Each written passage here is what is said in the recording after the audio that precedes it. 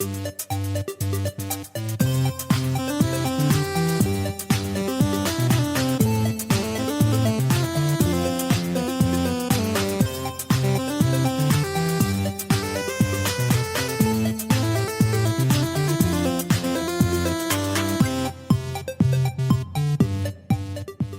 and welcome to the Unofficial Controller Podcast, episode 255. Yeah, you've heard me right, episode 255.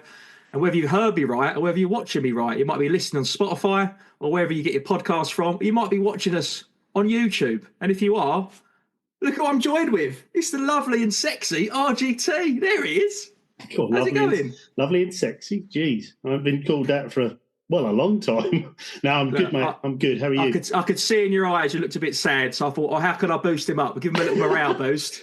I'll give him a compliment. Call me lovely and sexy. It works every time, fella. Works every time. No, I'm good, mate. I'm good. How are you doing? I'm good, thanks. So before you call the UCP HR office and get me thrown in the boardroom for disciplinary for sexual harassment, I will withdraw that comment and just say, yeah, I'm good, thank you, mate. And how you been? Everything good? Yeah, good. Busy week at work, but didn't play as many games as I wanted. But there's a few little ones I managed to tick off. So yeah, so on that respect, it's been good. That's good to know. So we've got some more news today. So we're going to go through later on the show. We've got some more Nintendo Switch games which are coming out, not Switch 2, but more for the Nintendo Switch that are coming out from now up until April the 2nd when that Direct comes out. We've got a little recap of the best-selling games from Xbox 2024 list, some more WWE 2K news, and then some other juicy story, gossip news along the way. So before we get into that stuff, I really want to know, RGT, tell us then a bit more. What have you been playing? It's only really been 3 games this week as of recording, but Trine 5 complete. Yes, I was going to say, we've talked about it the last 2 shows, maybe 3, and you said, I'm trying to finish it. I'm proud of you. I really am. I got through those last 2 levels, took me a couple of hours, got to the final boss battle, and it was tough. The thing with the Trine bosses is, they're like most boss battles, you'll have your patterns to follow, and you'll remember that pattern each time. So you go, yep, ding, ding, ding, get that done, get that done. But as soon as you die, there's no checkpoint in a boss. You have to go back, do that whole boss again. So it took me about, I reckon, 10 tries, maybe 12 tries, but I got it done. And I literally finished that. I was determined to get that finished. I finished that about an hour before we were recording this. I thought, I've got to get it done before we record the show. But I checked my clock. 60 hours in this game. Oh, I don't think that's good though. That's good. You don't want it. No, you're creeping into some serious. RPG times there, but I mean that's what you're in, isn't you? So. Yeah, I mean it is a puzzle platformer, side scrolling, as I said before. But 60 hours is quite a long time. But I do. I don't blast through games. I like to sit there, work out the puzzles. Sometimes I'm on a screen for 15, 20 minutes each one, trying to build the bridge or get up to get out of there or try and stop the bosses. So it took me time on it. Really enjoyed it. Definitely up there as one of the best Trines I've played.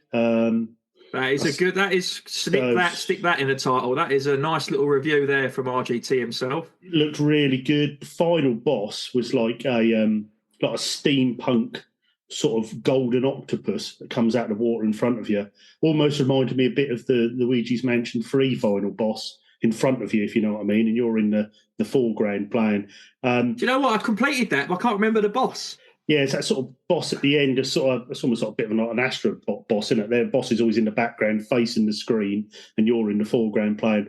But it was really good. Looked really stunning, that final boss, with sort of the metallic gold of the octopus and that. And once I learned the patterns, and I kept getting through to where the boss, you sort of had 2 bosses, and you'd sort of get a bit down on one, then the other, a bit down on one, then the other.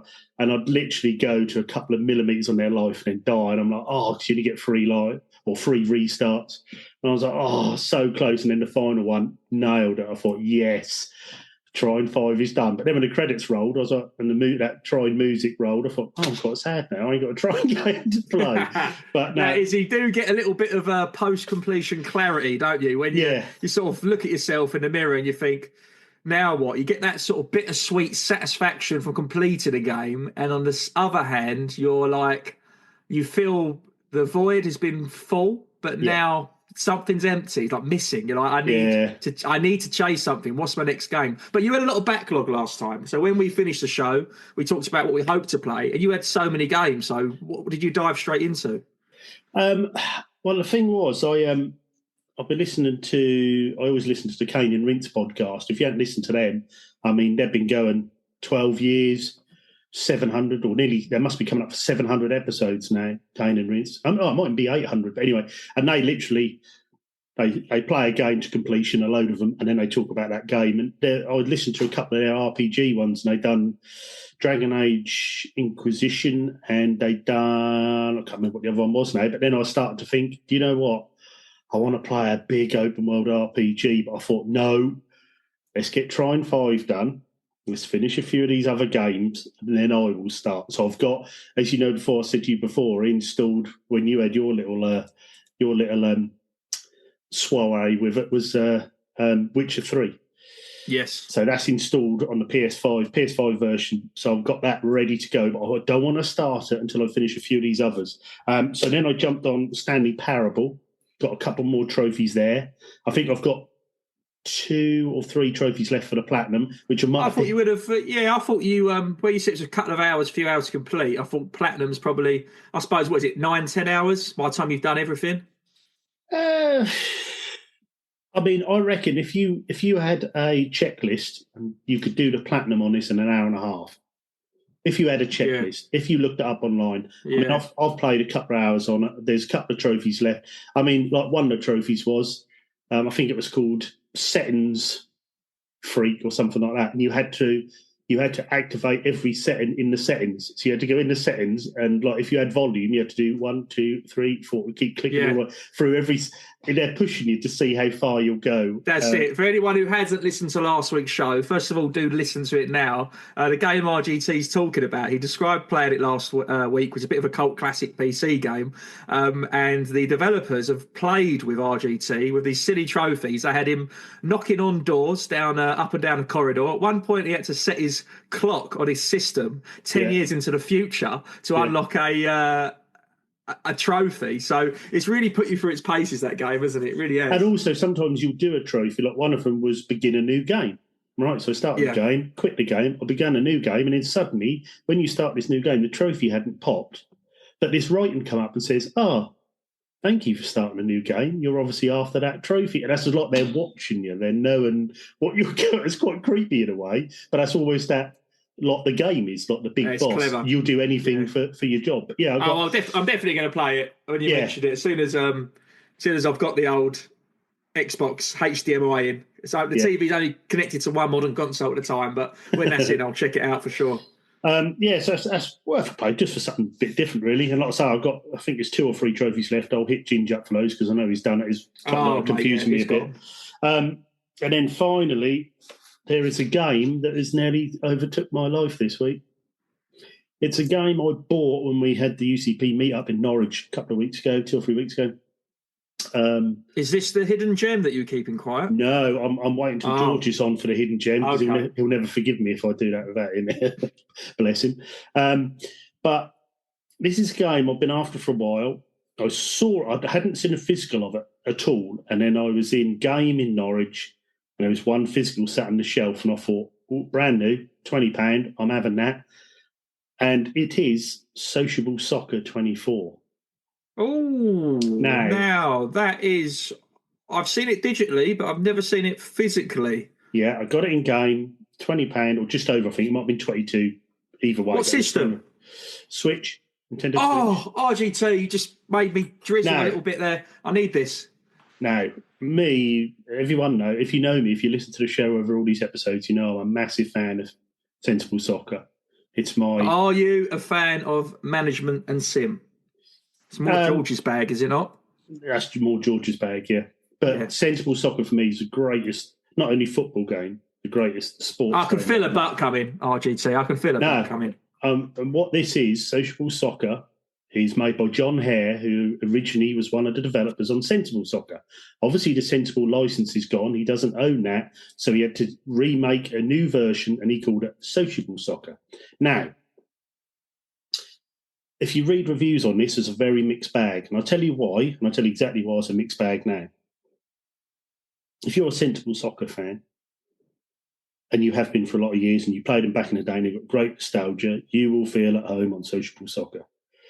You will? I thought you were going to say you wouldn't. No, you will. Now, okay. But I think the problem is you get a lot of these reviewers are younger, don't know about Sensible Soccer, so they just buy a football game for the Switch and play it and go, "What's this? This is rubbish. This isn't, this isn't." Surely everyone's heard of. But they must have done. Otherwise, they wouldn't have. I've seen a few reviews, and they're like, "Oh, for a football game, it's a bit arcadey. It's not this. It's not that. There's no transfers." And I'm like, "You don't get it. You don't get who made this game and why this game is made."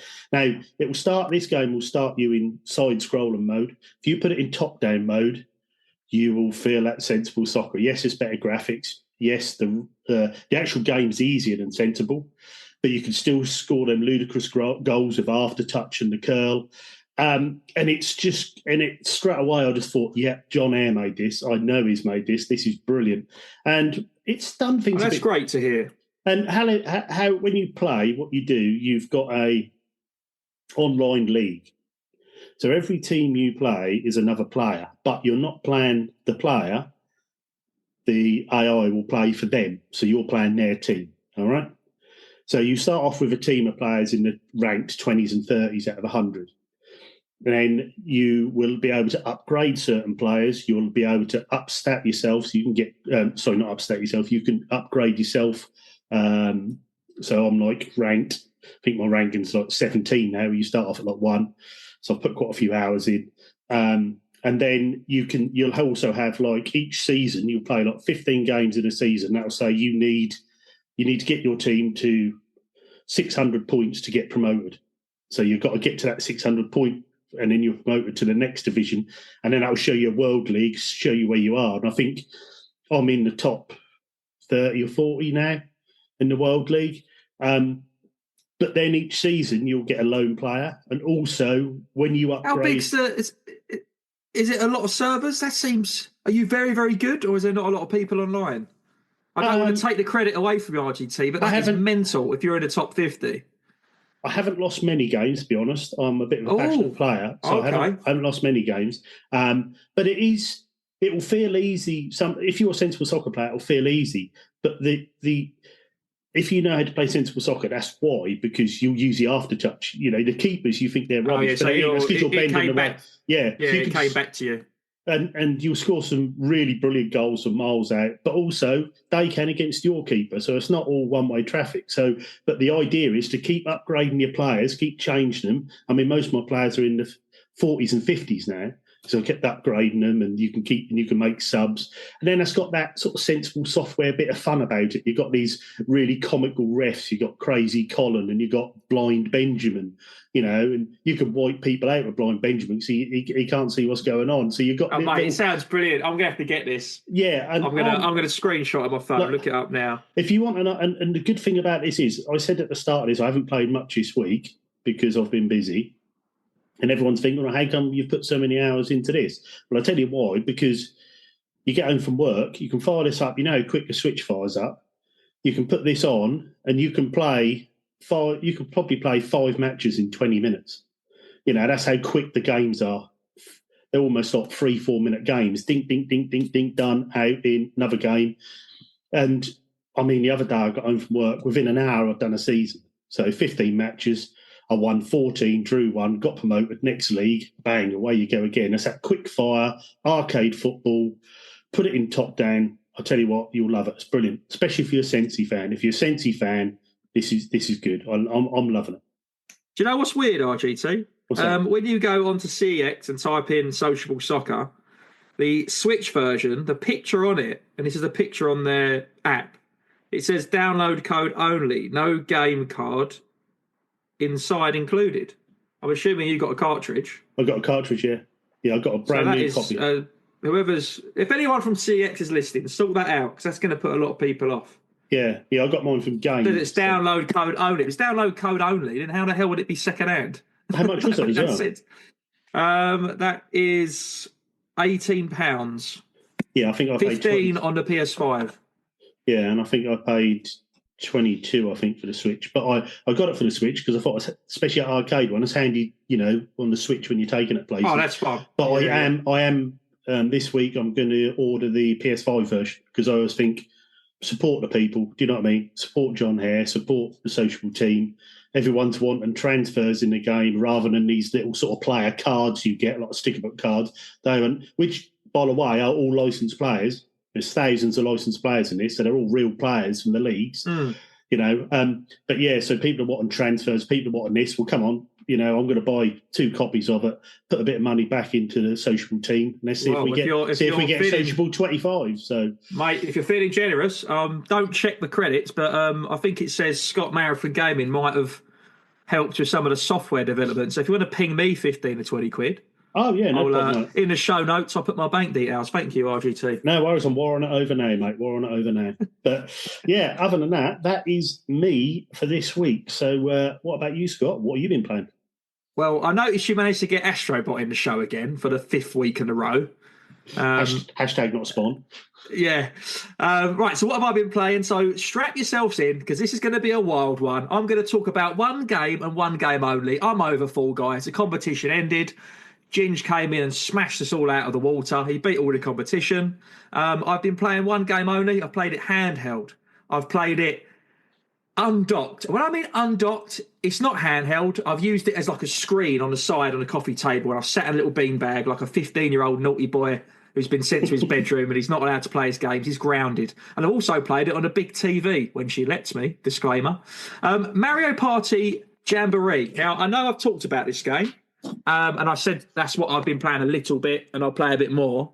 Now, I respect the Mario Party franchise massively. I haven't really played many of the old ones on the 64 at all. I know they go for quite a bit of money, 1 to 6, is it? And GameCube and different systems. Yeah. So I haven't bothered with them, but I jumped on them from the Nintendo Switch era. Now, I loved it, and I've said this on a previous show, so I like the board games, so I love mini games as well. So mix mini games with, a nice little pick up and play, nice bit of fun, whether it's co-op or with friends or family on your own. Just a little quick 5-10 minute blast, mix that of a board game, and I absolutely love it. Now, the very first game, Mario Party on the Switch, was fantastic. It was really, really good, but it was limited because you could only do couch co-op. So you had to have someone around your house to play it. You couldn't play, if you had the game and I had the game, RGT, we couldn't play it to be around each other's house. So it was limited. So there was only, let's be honest, there was only 5 hours in the game, 10 hours if you want to push.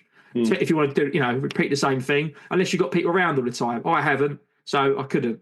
Then the second one come out, Mario Party Superstars. Now, of course, they add more mini games. We're talking hundreds. There might be 100 rhythm games, 100, loads and loads. So they obviously add the odd little feature, but nothing massive. It's still mini games. And then the actual Mario Party, which is a big board game. So they added the online feature, which means you could play with friends. So I was like, wow, brilliant. So now if you've got the game, I've got the game. We don't have to play couch co-op. So it gave it more legs. So all of a sudden, if you had a friend that had it, you could do it was a good old game. Get a good 20 hours out of it. It's fantastic. So this one came out, and I was like, right, I love Mario parties. I'm not going to rush. They just add more mini games, and, what else can they do with it? So I only asked for one Switch game this Christmas from my better half. She got it for me, so I finally got round to playing it. And I've been playing it non-stop, really. I've already done 10 to 15 hours of it. It is the best one to date. So there's so many things they've added to it. So first of all, just remember back. First one, couch co-op only. Second one, online, but with a friend. Now they took it to another level. Now you can play online, but there's world leaderboards. You can go against anyone. There's loads of people playing. Wow. Not only that, RGT, they've made a proper system. So it's ranked. So you get points. So you start off on D rank, win 5 games, C rank, win another 5, B, A, then go to S class where you get your arse handed to you. No way. So they've added all that, and then that blew my mind. And I played a few games, unlocked a board. I was like, that's cool. I've unlocked another map. Played a few games. I've unlocked another 2 maps so far. There's still another 2 characters to unlock. I don't know how. Normally, I work all that stuff out early doors, but there's so much content to it. So not only can I play Mario Party, I'm still only a C or B rank, and I've played, 10, 15 hours. But they've added these cool other modes. So before there was like on the old one, they managed to make like a marathon mode, which was all the mini games in a row. And, it's a bit of like a survival thing. And if you get far enough and do so many hours, you unlocked a character and whatnot. That was all it was. They've kept the marathon mode, but they've made it better.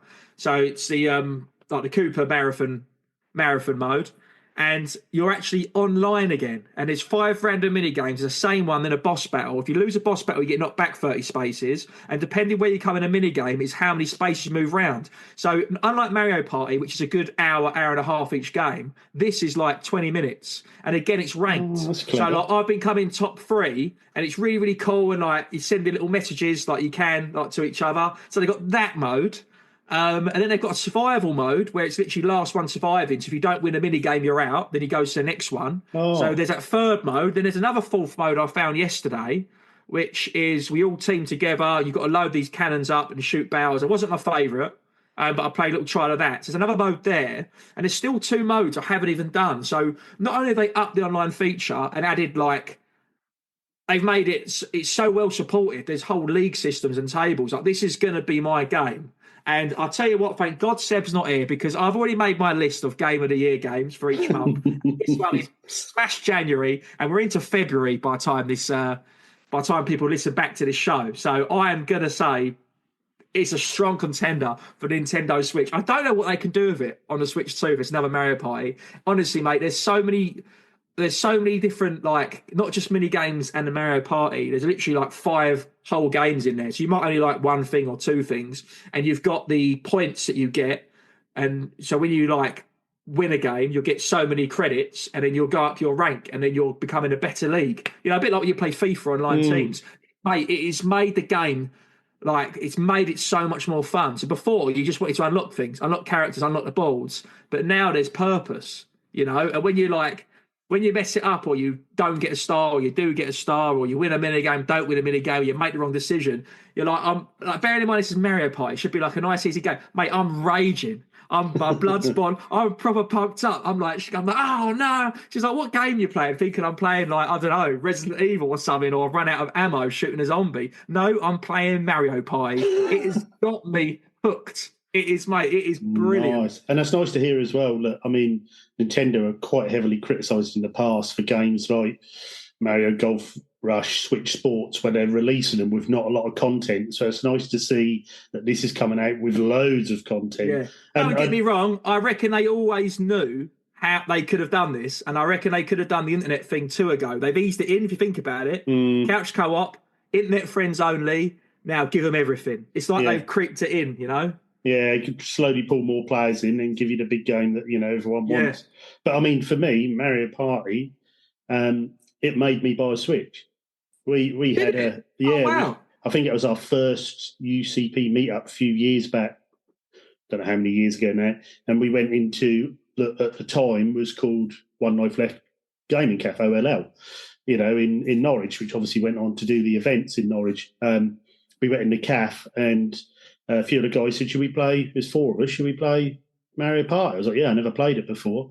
Had an absolute blast playing that. And I was like, so you played the actual board game Mario Party, it's quality, isn't it? Because I only had a Switch Lite before that. I'm like, right, I'm all in, I need a Switch now. So I went and got the OLED, and rest is history. But yeah, that sounds good. That's, and also, I mean, I think people think, they seem to fob off Mario Party games. They think, oh, well, when am I going to play that? It's not my sort of thing. I want these big open world games. I want RPGs. I want, sports games. But, most of us are sociable people, and you'll have that time when you have people around. And we both work full time. Like, this is, I get into game, if I'm lucky, an hour each night. So this is fitting in perfectly. So, yeah, for me. And also, I love my big single-player games, but when you have people round, you can't just sit there playing Last of Us when people are around, because it's a bit rude. But if you've got Mario Party, you can still do your game, but everyone can join in. It sounds good. And this is Jamboree, did you say? Yeah, Jamboree. Yeah, Mario Party Jamboree. So obviously it's a Mario game, and it's a Nintendo licensed game, so you're going to be looking at paying probably even second hand, 35 quid. Let's be honest, it's probably a 40 quid. With that content, game. though, it's worth it, isn't it? You know. Oh, mate, it really is. I mean, they're all brilliant, and I sing their praises. But this latest one, Jamboree, I'm just going to look it up for guys in the UK at CEX. So Mario Party Switch, just so I can show everyone how much it is. So, yeah, so the original Mario Party is still 40 quid. Superstars is 42. So Jamboree's 42. So they're all still the same price. But yeah, Mario Party Jamboree, honestly, have a look on Facebook Marketplace, guys, and see if you can pick it up. It trades I've got the first one, I think, quid, for the Switch. So, I've got Mario Party for the Switch, and that's... But you'd never go back, I don't think, now, because they've upped them. Like, when I played Superstars, I never went back to Mario Party, and now I've got Jamboree. I don't really need to go back. And I love them. And obviously, we're retro games and collectors RGT, but I haven't thought I need to go back to get them, because realistically, they're not the sort of games, you're going to sit there and play on your own. I mean, you do a Jamboree, it's perfect, because I've been sitting there playing on my own. I've only played it with a friend once when Retro Ed UK came round mine and we had a little gaming night. So that's when we first played it. But realistically, if I buy the old ones on the 64, Mario Party 1 to 3, they, unless you've got someone who's going to be sitting in your games room playing you side by side, you're not going to play it, are you? Other than the mini games. So yeah. That is all I've been playing this week, and I will defend it when Seb comes at me with his machete hands like Wolverine. Honestly, it's a really, really good game. And if that was a launch game with Nintendo Switch 2, amongst a couple of others, it would fit in very much indeed. So, yeah, I think that came out in the autumn last year, I believe.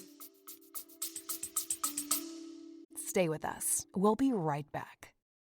I'm Connor. And I'm Jeremy. We're comedians. And what's worse, we're comedians who love to talk about video games. Yikes! We host a podcast called Super NPC Games Club. On this book club style series, we discuss games like Super Mario 64, Mass Effect, and Pokemon Yellow, covering them chapter by chapter to ensure that no line of goofy dialogue or moment of developer perversion gets missed. I'm looking at you, Sonic Adventure. If you've been dying to hear piping hot takes about the little hat Mr. X wears in Resident Evil 2, then this is the podcast for you. So check out the Super NPC Games Club anywhere podcasts can be found, and empty your belly because it's about to be full of laughs.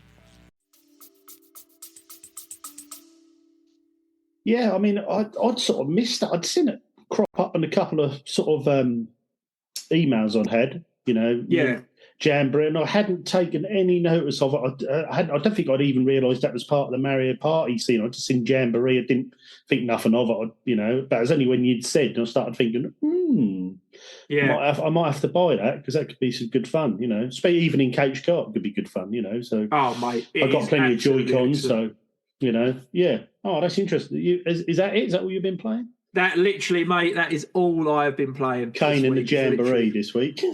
Kane in, me and my Jamboree is sore, RGT, I tell you. Once the video cuts out, I need you to have a look at it and apply some cream, please. Cream on standby.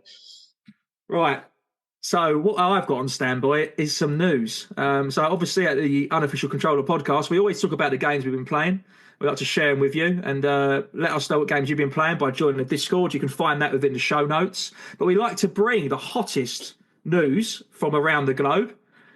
We sort of go around the internet, try and find the best juicy stories, put them together and share them with you guys. So we don't just cover modern, we don't just cover Switch, we cover Xbox, PlayStation, old generation consoles. Even we talk about retro, so you get some special episodes sometimes, and we do interviews. We get on developers and all sorts of people within the industry. But I have got some exciting news today.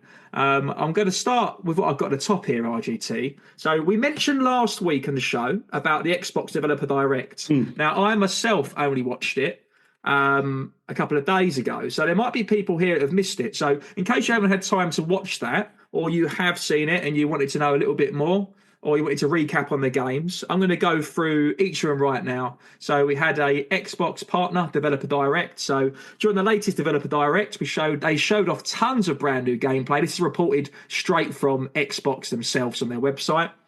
And developer insights of 4 upcoming games launching for the Xbox Series X, PC, Game Pass and Cloud, and even surprise released a bonus remaster along the way. So that will be a hot bit of news which we'll save for the end of this article. So they visited the studios behind Doom, The Dark Ages, South of Midnight, Clair Obscur, Expedition 33, and the never-before-seen Ninja Gaiden 4, which a lot of people have been jumping up and down about. So if you're on social media, you may have already heard of this already.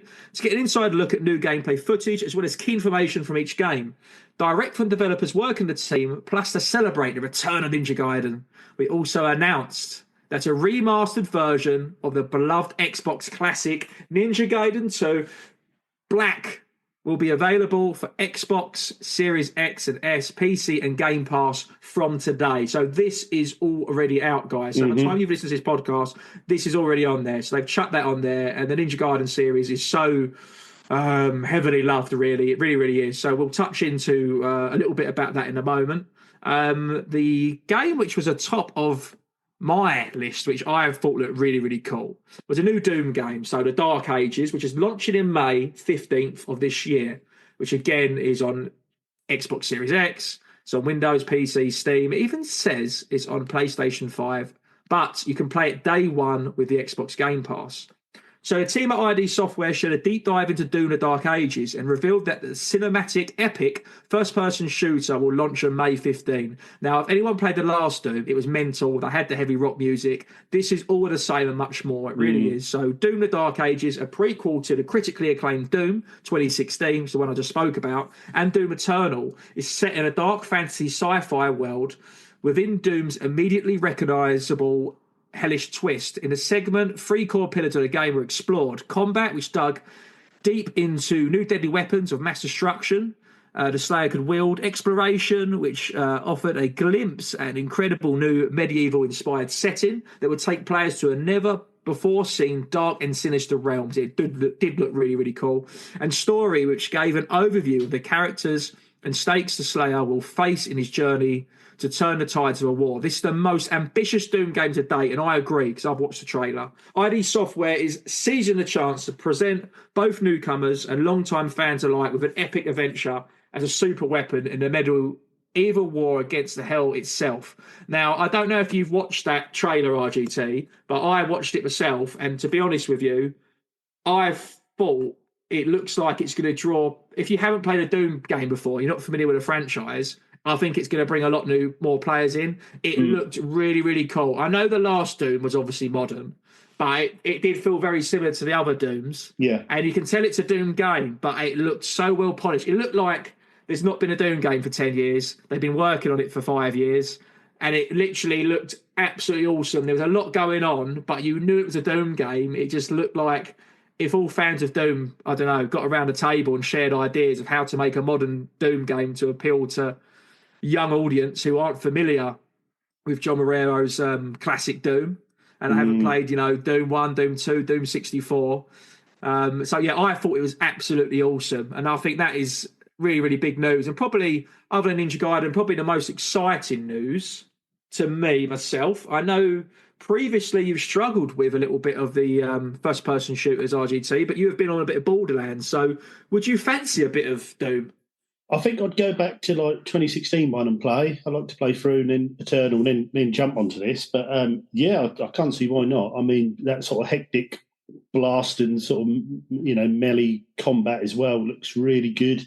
Going back to the Ninja Gaiden 2 Black remastered, I think that is genius from Xbox. That is absolute genius because, Games Pass and Xbox themselves have been taking a bit of a hammering end of last year up till now. They need to get the numbers back up on Games Pass. Drop that on there, day one, that's on there. You can play that. You ain't got to pay for it. Well, I've been a new subscription. Not only that, you're going to get new players playing that game, ready for Ninja Gaiden 4. Then, mate, that's why it's so clever. I messaged you off the show, didn't I? And I said they've dropped this, a retro game. I said we could play it. We could talk about it on the show. Obviously, unfortunately, we didn't get time around to playing it. But again, the fact that they've announced a new Ninja Gaiden, it will get people playing it, and then they'll get a taste for it.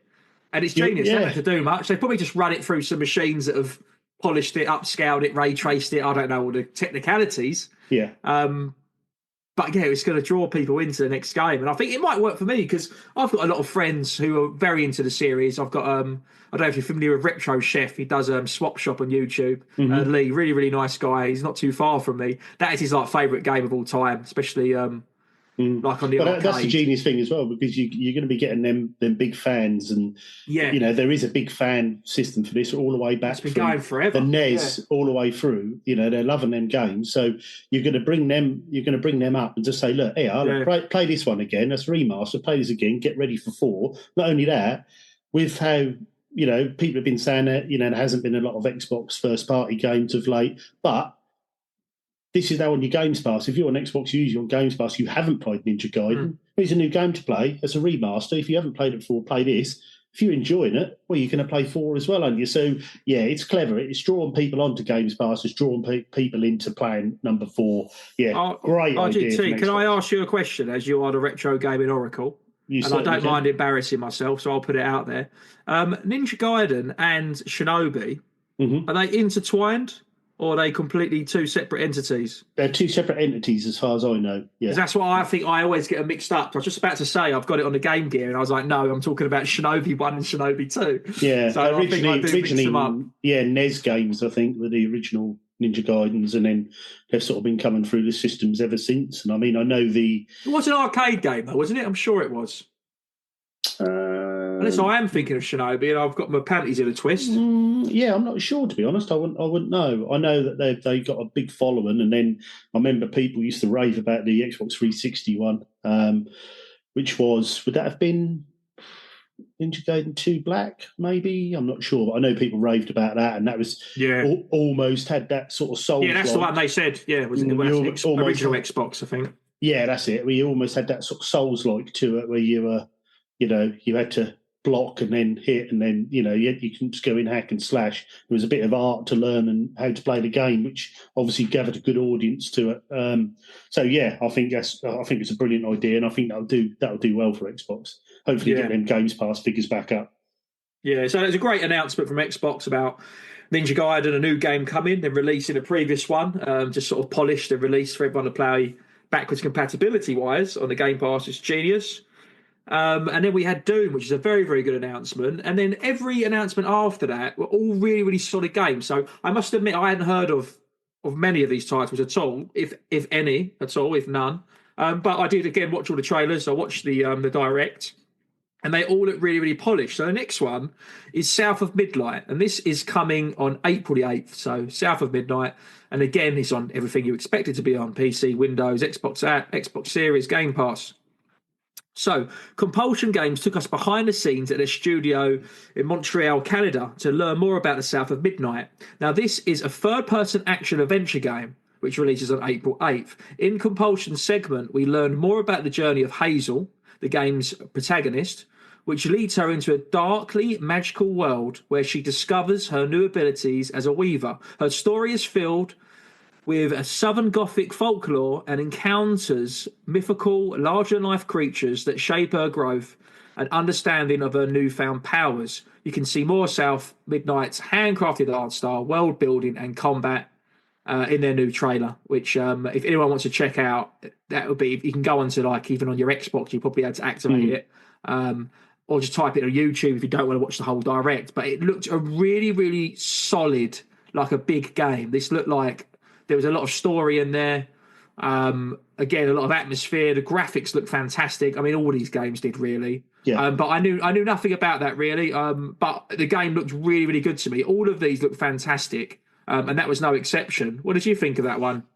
Was this the one where they'd done it? They'd almost made it look like stop motion. They'd sort of, with the frame rates, make it look like a stop motion sort of art scene in this game, hadn't they? What do you mean by that, the stop motion? Well, if you look at when they were playing like the trailers of it, like stop motion, like the early like Wallace and Gromit and ones like that, it almost seemed jittery. No, you're right, mate. Yeah, like almost like plasticine clay faces. And I thought, actually, I think nowadays with so many genres and so many games out there, I've always said I say this on the show all the time. To draw an audience in, you've got to do something well, but do it different. And they've done that. And I thought this looked very interesting. And another great one to have on Games Pass. I mean, I think something so different and unique. I thought, I quite like the look of this. I thought, something I'm going to follow the progress, and yeah, I'm quite surprised that's just dropped on Game Pass, because that could have easily, it looks really, really good. Like, if it was 30 quid, just showing that trailer would have done. They really are pushing the Game Pass. They really are obviously trying to keep it alive, because this to me seems a really big game just to chuck on there. Yeah, a new game, so inventive and an original. This is a big game. That's that age-old argument, in it, to do you sell games or do you do a subscription service? Well, you tend, with Sony, most of Sony players will buy their games $60-$70 a piece when they come out. Whereas your Xbox people are mostly into the Games Pass. But the idea is that you keep increasing the numbers of subscribers to then counteract the price of making that game. They've obviously struggled of late, but I think with new games like this coming on, it's only going to attract more people, because if this is another thing. I know it's weird that Xbox, I know I'm going off on a tangent a bit, I know it's weird that Xbox are now just going to start selling their games on PS5 and then Switch 2 when it's out. But also, if you've got like this, you've got 4 or 5 games coming out in a short period. Well, if you're a multi-console gamer, are you going to spend, if you've got 4 games, it's what, 280? No, mate, that's very true. You're going to spend 280. If you want to play all of them, it's £280. Or do you get a subscription for 6 months? The only thing is, do you keep that subscription on? But you see where I'm going with it. It's genius. Because if you just wanted one, if it was just one of these games out of 4, let's be honest, I think they're all on Game Pass, and they will be revealed out in a second. But if it was just one out of the 4 or 5, you'd be thinking, that's not going to draw in many people. You might get 5% more, or a few thousand get Game Pass. But if you give them half a dozen games, say they're all on Game Pass, you could see a 30% increase. You don't know, do you? No. Because you're literally giving them so much bang for their buck. It's anyone who's on the fence of one leg over a PlayStation and one leg over Switch, you're going to throw both legs over Xbox and jump in that garden and slide down that slide with your I'm about to say with your Portal, but we haven't got one yet, with your Steam Deck. But that looks absolutely incredible. I tell you what, if you have got a bit of money and you're impatient and you don't want to wait, and you've been following that game for the developers, you can actually order that and pre-order it right now. So Deep South with Hazel, you can pre-order today and play it up to 5 days early, the South of Midnight Premium Edition. So if you guys want to check that out, just type it into Google or head to Xbox. And you could actually pay to play it 5 days early. I can't see why you would. I don't know. You might be impatient. You might have a bit of time off and want to play it. Who knows? This next game we've got here is Clair Obscur Expedition 33. Now, I'm struggling to realise the font size for that to fit on a physical game spine. You're not going to see that amongst your shelf. Clair Obscur Expedition 33. We've got about 40 letters there. Now, this is coming April 24th. A lot of games coming out in the spring. So this, again, is on everything. Xbox, Windows, PC, blah. And most importantly, play it day one with Game Pass. We visited Montpellier, France, home of Sandfell Interactive, as they developed their first game, Clair Obscur Expedition 33. So it's a debut. This turn-based RPG, I know you love losing time to these, RGT, is set in a fantasy version of late 19th century France, where the world is facing a existential threat. I was just thinking extraterrestrial. I was thinking, I don't remember seeing a UFO. 1 year at a time, the developer shared a deeper look at the game's innovative mechanics, such as the reactive turn-based systems. There's obviously something they've created, because they've got it in quotes, and a unique art direction that brings the game's world to life. We even got a first look at Expedition 33's expansive overworld map, and it did look awesome. As a coup de grace, Sandfall Interactive confirmed the game's release date. As our journey to stop, the Paintress begins April 24th. So a very, very brief description. Other than saying it's an RPG, to be honest with you, you're not going to get much from that. So I would say anyone listening to check out the footage for that, because it is it was a really beautiful looking, open world games like these all do look like, to be honest. It looked really awesome. And I know you do love a bit of RPG and losing a bit of time, so... RGT, is that one that's going to be getting you straight on Game Pass? Again, I think this is a genius masterstroke, because what do people normally say, or definitely from the past, there's never been enough JRPGs on the system. Xbox. They have a very small foothold in Japan. What do? Make your own. Make your own RPG, JRPG. It's turn-based. Put it on the system, stick it on Games Pass. Before you know it, you're attracting people over to big old JRPG fans. Not only that, you could get your figures up a bit in Japan. So I'm thinking, again, this seems a very well thought out directors list here. What I picked up from watching this, so I've just had a little quick look just to recap. Watched this a few days ago now. So the graphics are incredible. So it's sort of third person view. Now the cutscenes are amazing. The graphics on the cutscene, I know they should be because they're cinematic, but honestly, the facial expressions, they really, really are phenomenal. And when you watch the combat, what's really, really cool is there's loads of those different monsters, but it seems to have, obviously, you've got those HP points, hit points coming up on the screen. But it looks to me like, obviously, I'm comparing it to something terrible here, like Super Mario RPG. But you know when it awards you for timing? I haven't played, Final Fantasy 16, some of these other games. So, it does award you with a timing, with parries and all those sort of things. So it has got its own little mechanic, which I'm guessing that's why it said reactive turn-based system. Yeah.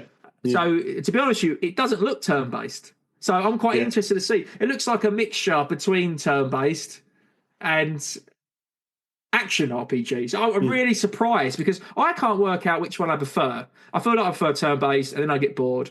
And when it's like an all-action RPG, it's a bit much for me. I want to chill out. So this might be a perfect hybrid of the two. And also, really it doesn't look turn-based. There's a lot of JRPG fans who are PlayStation owners. Put a game on there that's going to They're always on PlayStation. Yeah. My brother-in-law, right? And bits and pieces. Yeah. My brother-in-law loves JRPGs. He's got all the big ones, Suikoden 2 and stuff on the PS. He's kept all of his old consoles. He's PS5 fanboy. He laughs at my Switch. He never does Xbox. All he plays is JRPGs and some Western RPGs. All he plays. He loves them. And I'm quite surprised actually to hear of a game before he's heard of it, if you know what I mean. Because normally he's telling me. So I hadn't even popped into my brain the fact that this is on Xbox. But as you say it out loud, crikey, we've got a JRPG coming to Xbox Game Pass. You could bring like I said at the start, you could bring a lot of JRPG fans over. Plus, they're firing shots in 2025 Xbox. They really are. And you might start getting a little bit more of a foothold in Japan. The Japanese market might be thinking, hang on, I've got a PC. Why don't I get Games Pass and play this? Yeah.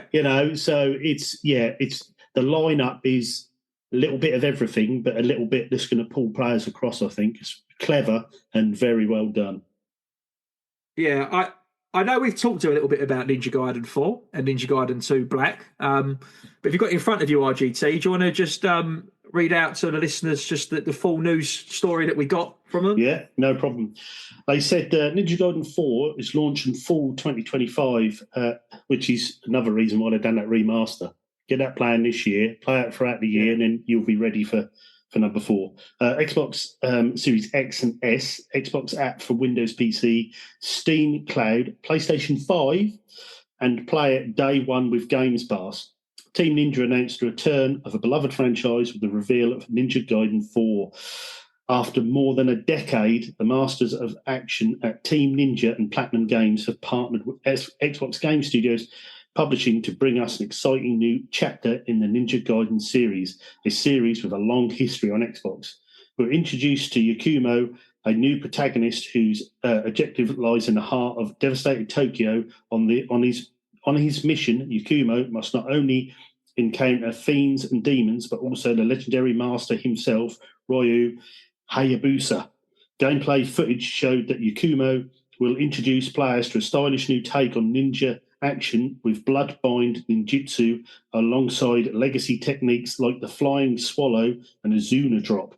Ryu will also return as a playable character with a revamped arsenal that stays true to his signature brutality and precision. During this segment, developers from both Platinum Games and Team Ninja shared details about the game's story, the setting in a near-future Tokyo, and its action-packed combat mechanics. We also got a glimpse into the creative process behind this highly anticipated title, which will be released in fall 2025 and can be wishlisted on Xbox, PC, and PlayStation 5. For latest information, follow Team Ninja on the social media, YouTube, X, Facebook, Instagram, and also you can check out an interview with developers on the Xbox Wire. This sounds brilliant. And again, it's a title they're releasing on PS5, but I know a lot of Xbox, well, I'd say fans, I'd probably say the fanboys are not happy about it going to PS5. But on the other hand, if you're not getting those numbers up quick enough on Games Pass, you'll make them bank on your competitor's console because everyone will be paying $70 for it. So, and it's given the odd tease because you can go like, this is Xbox, but here we go, PlayStation boys. This is what we can bring, and they might play a bit of that and go, "Oh, do you know what? That Xbox is all right." Yeah, unless they have a taste of it, unless they taste it, they don't know what it tastes like. And they sold you the game in the process. So, it's sounding very good. I like how they've.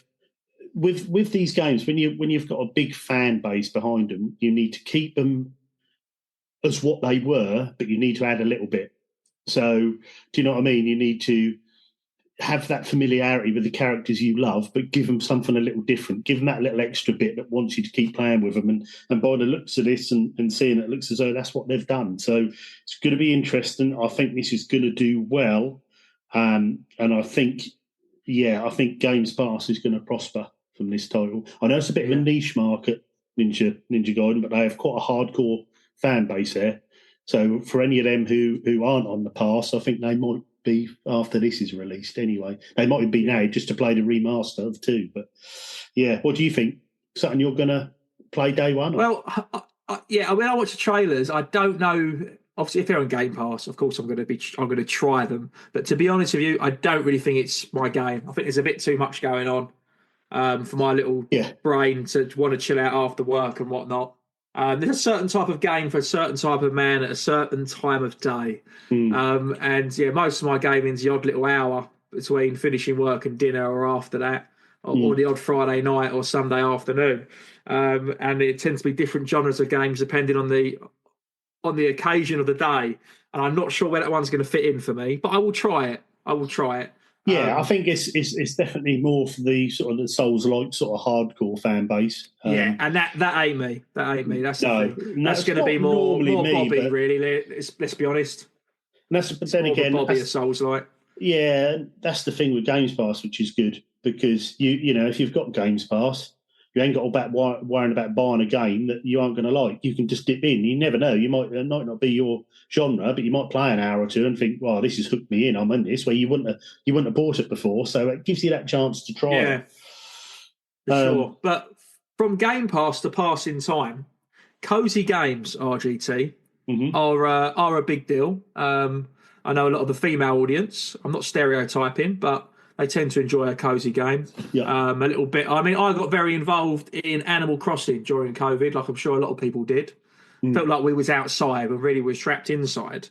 Now, I'm excited for this game news because it's Nintendo Switch. It might not be the most exciting news, but it's from Team 17. And me and yourself, RGT, love Team 17. Generally, I don't get things wrong. So there's been an announcement from Team 17 for a new game launching on Nintendo Switch. This isn't Switch 2 news. This is for Nintendo Switch. And this is for the 13th of February. So very, very soon. Literally under a fortnight's time. It's called Amber Isle from Amber Town. Now, I have watched a trailer of it. Of course, it's aimed at a younger audience. But we are, of course, a family-friendly show. We like to include everyone, despite the terrible failed attempts of me slipping in innuendos to every other sentence that RGT says on each show. We do like to try and collectively show different games for different ages. And, of course, you might be listening to this with your son or daughter in the car or whatnot. So this game may appeal to them or it may appeal to an older audience. I think myself, I may even give it a go. So the graphics look a little bit like a game that I brought to the Ponzi's, and Seb actually gave me a pat on the back, and he was like, "That's a good game." The artwork and style of it looks a bit like Little Gator Game. I don't know if that's an Ambertail game or not. I might have to look that up. But yeah, they've announced. I'm not sure. Amber Isle launches on Nintendo Switch in just 3 weeks' time on the 13th of February, a day before Valentine's Day. What a present for your wives and girlfriends if you're listening to this. Yeah, perfect. But that's not all. All pre-orders for Amber Isle are now live. You can pre-order Amber Isle on Nintendo Switch and save 20% off Dino-centric shop management simulator. This pre-order discount is available up until launch of 13th of February. So I'm going to give you a little bit of a lowdown about what this sort of game is, and then you'll get a bit of an idea. So I've already said it's a bit of a cozy game. It looks a bit like Animal Crossing. So about Amber Isle, being the new owner of a failing shop is no mean feat. And once players have created their own paleo persona, they need to roll up their sleeves and get their claws dirty, see what they've done there, as they work to maintain the shop. So the premise of the game is you're trying to basically build a shop up, and you'll see why at the moment. So players will spend their days bartering with stubborn customers, stocking shelves with everything that their paleo pals might need. So brief reading the locals, improving the village, which is what it reminded me of Animal Crossing, and exploring new surrounding areas for new items to craft, which reminded me a little bit of my time in Portia. Is it my time in Portia, which is a very old sort of yeah. So an attempt to convince their fellow paleo folk, so dinosaurs, to return to Amber Isle permanently. So basically, you're trying to maintain and build up a shop, and people will come and visit your island. It's kind of got all of the very famous, farming simulators, Animal Crossing's cozy games. It's the best out of that sort of Stardew feel to it. It really you can progress and upgrade and get better as you go. And I quite like the look at this. I do as well. You've got an open shop, so you can customise name and run your shop your way. Use the profits to unlock new shop decor, walls, floors, so you can just build it as you want, and more, making the space uniquely yours, so a bit like The Sims. Rebuild the island, rebuild, decorate, and unlock new areas to explore on Amber Isle, and with enough improvement, paleo folk will start to take up residence on the island permanently. Meet the neighbours. Amber Isle is home to 48 different paleo folk to befriend, including Ice Age mammals, Permian amphibians, marine life, invertebrates, and more. Could be educational. Express your penchant of the prehistoric and design your very own paleo folk. Change your clothes, create. So that bit reminds me of a little bit of a sort of younger audience where you get to sort of dress them up in colours to create your perfect paleo persona. But this game, to me, RGT, feels like it's hitting a lot of different target audiences. Because you would say the same thing to me. I think this looks okay. And I, if it wasn't coming out so soon, I'd say, if you're listening, send us a bloody review code for that, because I would like to check it out. But depending on the price of it, I'm generally really interested in it. I'm thinking of pre-ordering this. It looks really cool. So it's good when you get into one of those relaxing games. You know, a game you play for half an hour before bed each night. One of those. Yeah, it's got that. It's got that Stardew, Animal Crossing. It's got that almost. I mean, obviously we haven't played the game, we don't know, but it almost seems it's got that longevity sort of sandbox in it where you can just keep it going. Yes, you can nip on for an hour each night, and it's just relaxing. You know, it's not Dark Souls. You just chill out. I think I could pre-order this. I really like the idea of this. Of just chilling out. RGT, if you do, I will. I'll tell you what, why not? And if anyone's listening, jump in the Discord, let us know. Let's all pre-order it. And the thing is as well, we're fans of Team 17 anyway. They very rarely publish or develop a bad game. They're so good. They won't put their name on anything bad, let's be honest. No. So, I'm all over this. I quite like that. I think it would be a good little chill out, put plenty of hours in, build your shop up. Yeah, this looks good fun. Very good fun. Just while we're on Team 17, I did mention this. I've just fact-checked myself, and it's come up with lots of different articles, but I will say it's a rumour in case I'm incorrect. I don't want anyone suing me. So I will say this as Scott, not as representing the UCP. Now, Team 17, they're still operating, from Wakefield, England, based developer and publisher of video games, working simulation games, blah, blah, blah, blah. Apparently, they're changing their names to Everplay Group, PLC. effective in February. Now, I've been on Team 17 website. It says nothing about it. But when you type in Team 17 news or Team 17 name change, it's been well documented that a parent company announces a name change, but the developer will still live on. So I'm not sure what the changes are actually going to be. I don't get... That says to me that almost like this other group has got a majority... brought out? Got a majority sharehold, and they changed the name, which for me is quite sad because I was playing Team 17 games back in I know the company's changed a lot since then, but I was playing them back in the 90s, early 90s, British on the Amiga. On the Amiga and Mega Drive and Worms was revolutionary. Exactly, Founded in 1990. So, this is a little bit breaking to all of us, really. But, I've heard a few people talk about it in the past week or so. So this is quite fresh. But don't be alarmed. Me and RGT are both big fans of Team 17. It doesn't look like anything's changing. I don't think there's going to be job losses. I mean, obviously, you can never say never, but it just looks like RGT said, it might just be hopefully not a massive new direction, but maybe the majority shareholders just pulling them all under one roof. But the thing with me is, even now, when I buy a Switch game or an indie game, and you see that Team 17 on, that's nice to see that little Team 17 logo on the front and the back. But it's a good thing. It might be. Listen, this company's got some money. They've got shares in Team 17. They're aware how good Team 17 is. They pump more money into it. They've got them to change their name and get their staff to take on their other games from other companies that aren't as good. So it might mean we'll get more Team 17 games. So let's not panic. Let's think positive. That's it. We'll think positive. Now, I've got some more positive news for wrestling fans. The Royal Rumble, by the time you've listened to this show, unless you want spoilers, you might turn your social media off. Myself, I'll be watching the Royal Rumble as well, because I do love watching that event each year, which is coming, I think, is it the 1st of February, I think it comes? Well, anyway, if you've been watching Raw or SmackDown on the build-up to Royal Rumble, they did actually announce live on the show, in proper wrestling fashion, by Paul Heyman dropped a banner from the sky.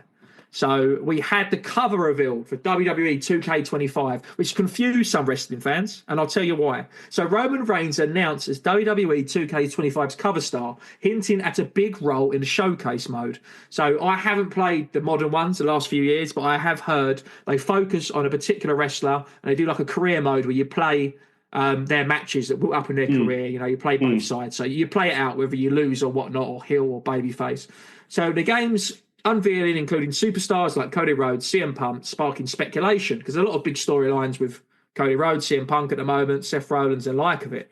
So they wasn't sure who was going to be on the front. Fans hoped WWE 2K25 will highlight Reigns' family legacy by questioning why The Undertaker has an alternate edition. So there's basically a premium edition, RGT, where you can pay extra, a bit like Undisputed, where you get a different cover. But with WWE 2K25, you normally get a little extra feature of it. So you might get some more stuff, more Undertaker, costumes or attire. Okay. And what it normally means is there'll be a special mode where you get to play The Undertaker's career.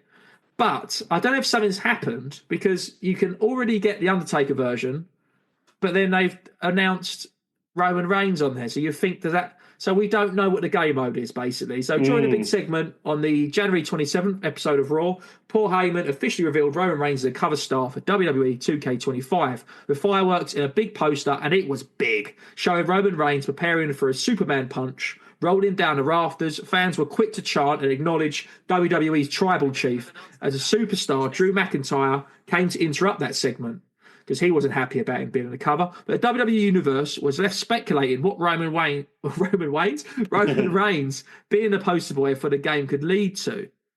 So, I mean, it's more left to the forums of the internet, really, of speculating. But there's a bit of a confusion, really, because he's not... I don't believe he's a current champion. I don't think he's... it might be tipping that is he going to win the Royal Rumble, and is he going to be making his way to WrestleMania. To put a wrestling star on the front cover. I think last time we had Cody Rhodes. I think before that we had John Cena, because he made a return.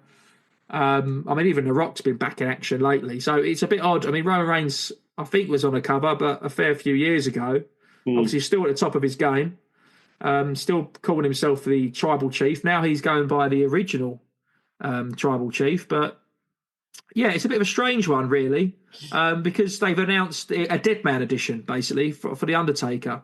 So there's still a possibility that version could feature different exclusive content, and fans are wondering why The Undertaker has an alternate edition. Some fans have suggested that The Rock should have his own bundle, as it ties in better with the Bloodline themes. There's a bit of a story, basically. I know you're not a wrestling fan, RGT, but there's a storyline at the moment going on with Roman Reigns. But yeah, it's very, very... I think it's shocked people a little bit. I think normally you're not surprised. It's whoever the champion's going to be, whoever's the new champion's going to be. They don't just necessarily stick the new kid on the block. It's not like FIFA where they put the new upcoming star. They normally put whoever's at the top of the game. But yeah, maybe. I think as well, not being a wrestling fan, but you can see from this, by doing it this way, you've created speculation, you've created talk, talk around the game. And I mean, if anyone want to check this out, this is, our source was courtesy of GameRant.com. Go on there, see the full article. Yeah, these guys are down with it. But yeah, you can see, sometimes people will think, oh, this seems a bit disorganised. They're not letting people know what's actually going on. But on the other hand, you think, well, you're talking about it. We've got it on the show. We're talking about it. There's no such thing as bad publicity. So yeah, this could generate a lot of hype for this game. And so far, it seems to be the hype is brewing, I think. Are you going to be getting this? Well, I did say on the last show, I probably won't rush to get the new one, RGT, because I brought one. Not this year's, but the year before, like a PS4 version. Yeah. And I've just never got around to playing it. So I know I'm going to be blown away with the graphics, even at PS4.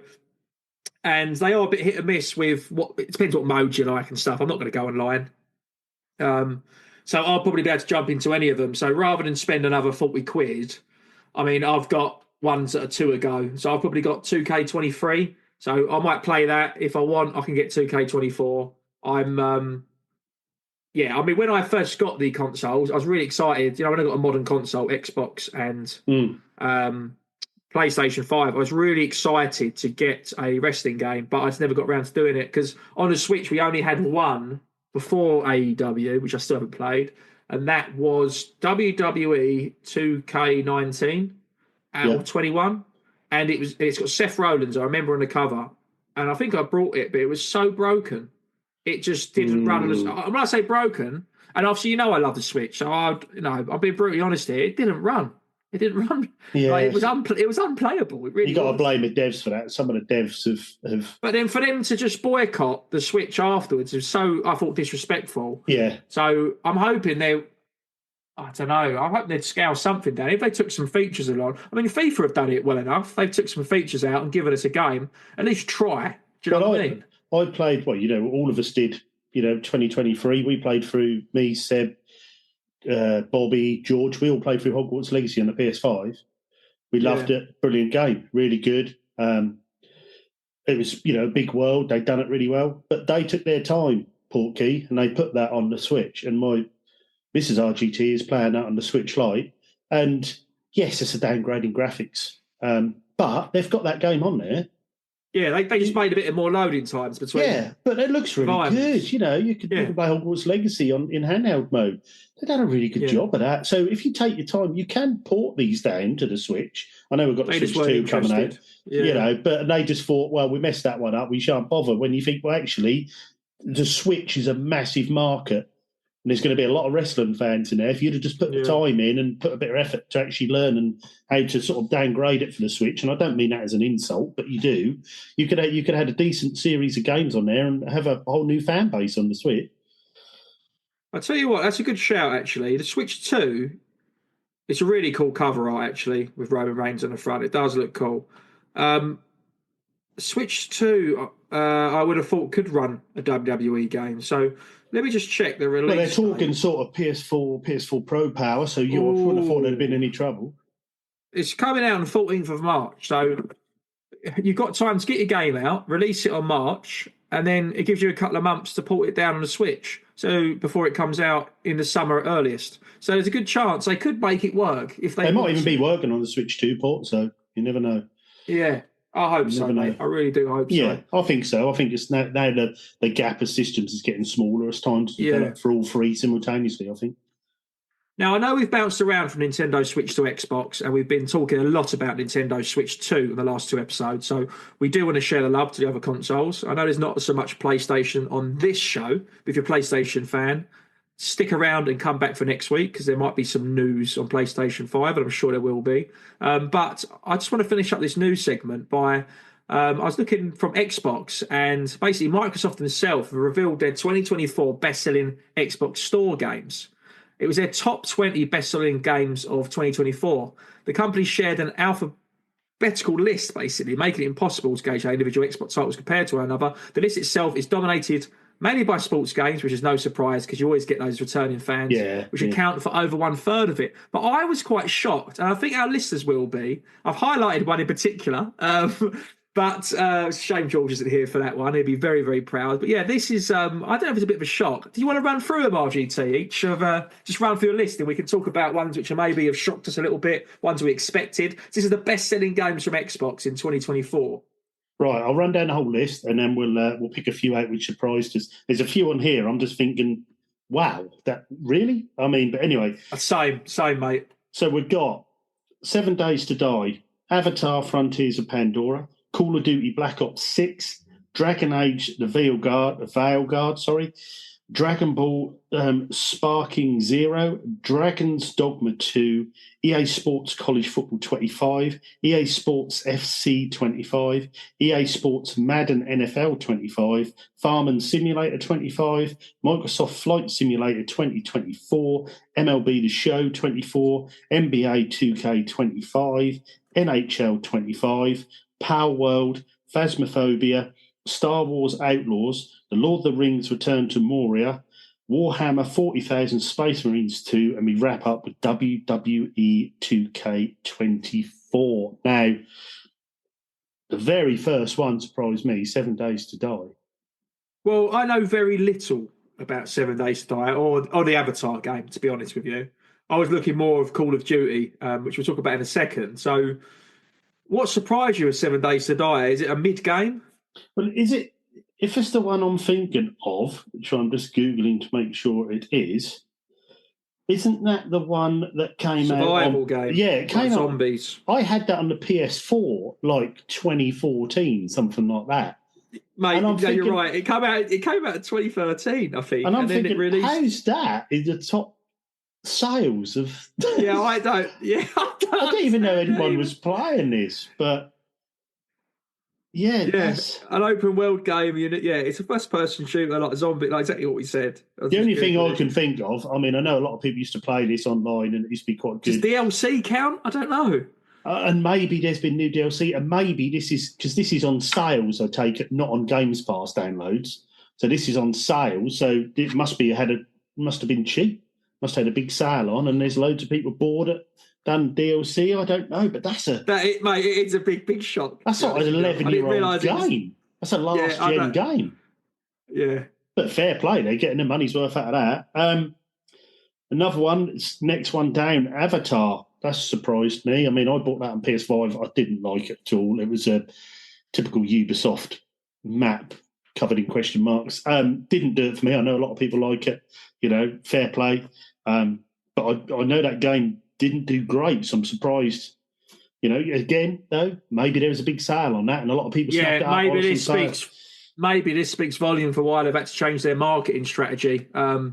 With putting some of these games in Game Pass. If this is what they've come up with in 2024, they can't just keep putting all their eggs in one basket, betting on a sport horse every year. And obviously we can see that's the majority of their money coming in, because if any of those guys decide to cut a deal with another console with exclusivity rights for a few months, then obviously it's going to blow them out of the water. So maybe that's what's made them realise. They're like, hold on a minute, we're running on sport games here. I was shocked as well with Call of Duty because... well, I wasn't actually, because if you haven't got a PlayStation, you had no choice. Because on PlayStation, Black Ops 6 was available to play through the premium subscription service, day one for free. So I guess if you had an Xbox, you had no choice of it. And obviously Black Ops is one of the more favoured franchises. But then wasn't Black Ops on Games Pass, or was it not? No, I think it was only on the PlayStation Premium. I think that was why I activated it again. It didn't come up. This is the new one, latest one. So I take it So then this must have been a deal that was already in place, whereas then, because obviously, Microsoft owns Call of Duty now, so I take it from going forward, they'll drop the games past day one, I suppose. So yeah, it definitely was on PlayStation. I remember trying it. I'll tell you what, I got premium just for it because Seb raved about the story mode, the campaign. That's it, yeah. I'll tell you what surprised me as well, Microsoft Flight Simulator 2024. Now, I'll tell you what surprised me, because if you're into Microsoft Flight Simulator... You play on the PC. Well, yeah, but not only that, it's a lot of hours, that game. So if you had Microsoft Flight Simulator, I would have thought surely you'd have Games Pass. You'd just play it on there. But this is one of the best-selling games. That's strange, isn't it? I mean, unless the list covers PC and PC gamers have bought it rather than signed up to Games Pass. But, I don't know. I mean, the others surely that's a game Madden, that would attract Games Pass subs, not sales. That's weird, that. But yeah, I mean, Madden, EA Sports, FC25. Always going to be there, aren't they? We heard about, I'm not even surprised by Farming Simulator, but we've heard about college football. And obviously MLB The Show, we all know that George, host and director of the show, has brought 900,000 copies just himself. And they're actually stored in a basement in El Paso. And that is actually one of the reasons why he had to vacate Earth and head onto Starlink out of space, because he had such debts creeping up. He'd done all this Klarna pay later, and the boy did not pay. That's what happened to you try and get 900,000 copies of the show.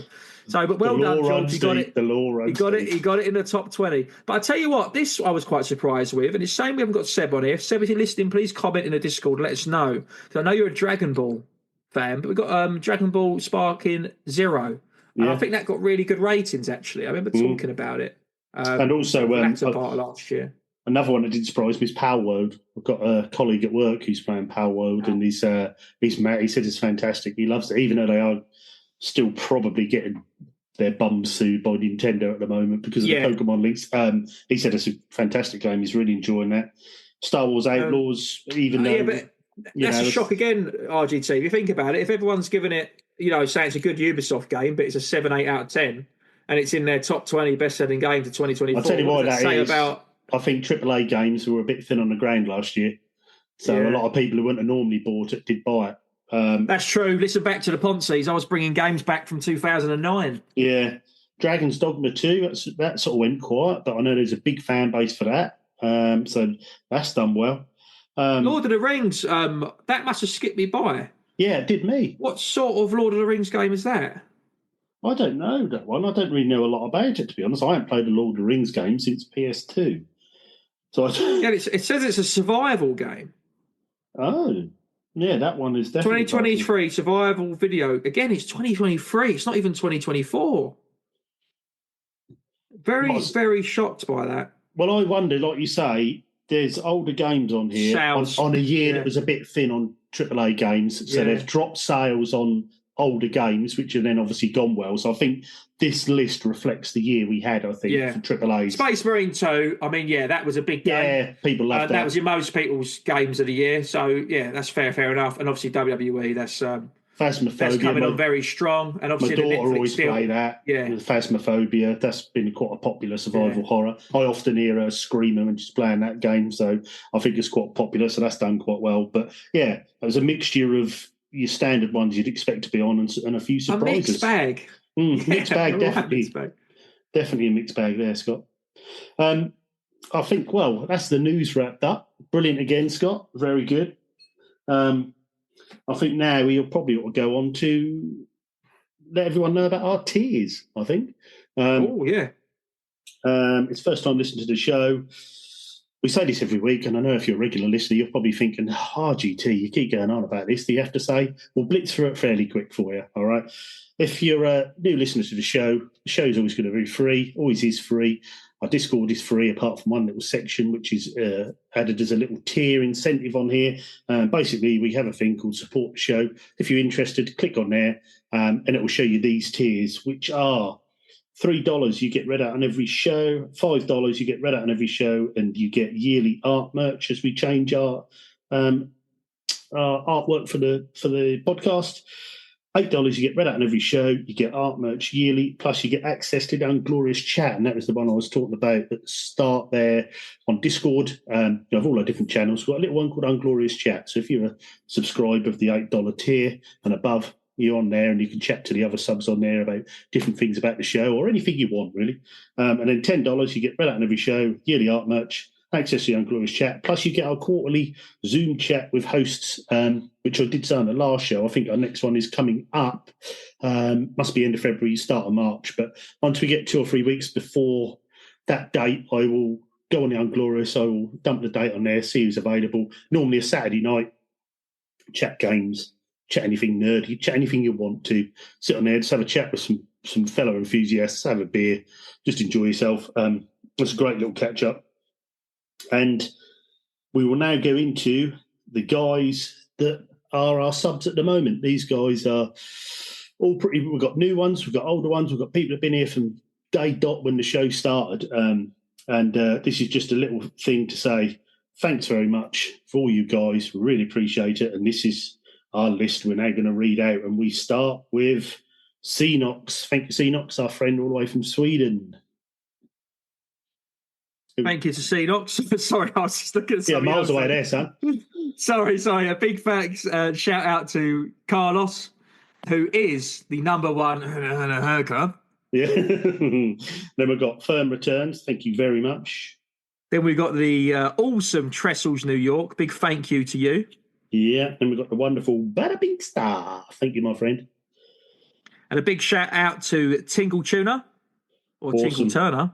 Then we've got the wonderfully talented, and he's now got new artwork, ink all the way up his arm, which looks fantastic. That is Digital Monkery, and also the head of challenge accepted every month. So if you want to join our Discord and join in with a monthly challenge, jump on, have a look and see what he comes up with each month. But yeah, thank you, Digital Monkery. Then we have Rose Space Monk. Thank you, sir. Yeah, and then we've got the wonderful Game and Graham.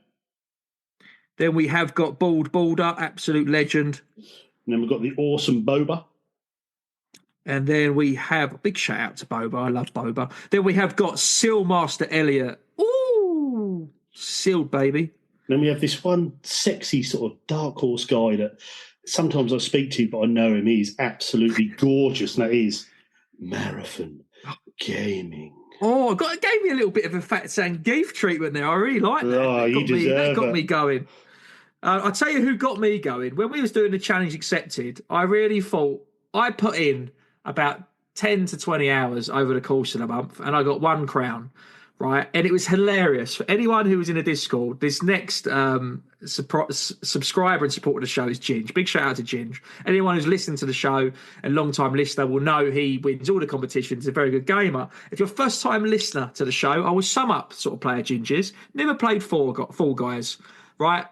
Myself and other people in the Discord community and fellow friends and fans of the show were all competing to get the most crowns. We had a whole 3 or 4 weeks to do it. Anyway, Ginge was busy. He manages to log on. All of a sudden, he logs on. He messages in the group. He finds out he's got about 4 hours to get a score in. So he thought, oh, in 4 hours, he's a good gamer. He might get a crown. 20 minutes later, there's your first one. 20 minutes later, there's 3. He just smashed the crowns up there, and he kept on. I said to you, unlocking the costume, mate. It is another level. Yeah, bless him. I know he had a trying month, and I thought if he do come in late on this, he will get some crowns because that guy can game. I mean, he can pick any game up. First time playing it, and he picked it up. So well done again. So he is now what six-time champion? Is he now? I've lost count. He's in his own league. I don't know. It's like, imagine if someone won a Champions League each year, and then you're like, "Cool, they're too good. We need to give them another trophy." That's the sort of thing with Ginge. Yeah, he is a UCP champ. If you're good at games, please help us out. Get in the Discord because he's battering us every month. He's awesome. Really is. Yeah. Next up, the next one, RGT on the list there underneath Ginge. Yeah, that is the wonderful Harvey Retro. And then we have got the beautiful Emma Sharp. Thank you, a big shout out to Emma Sharp. And then we've got, well, we know he's not nowhere near Berlin, but we've got no idea where Greg is, but that is nowhere near Berlin. Then we have got Mumsy. So big shout out to Mumsy. It always Well makes me done, laugh Mumsy. when I say that. Well done, Mumsy. Then we've got the RGT fan club. Then we have got Pete Brocklehurst. Can't believe I made you read out your own RGT fan club. Apologies, mate. I should have done that. No, you're right. Then we've got legendary Billy Marmite. And this is good because it means I get Simon Pryke, who I love, and you get stuck with. As contractually obliged, I have to say this as sexy as possible. It is. Oh, fat. And Keith. Oh.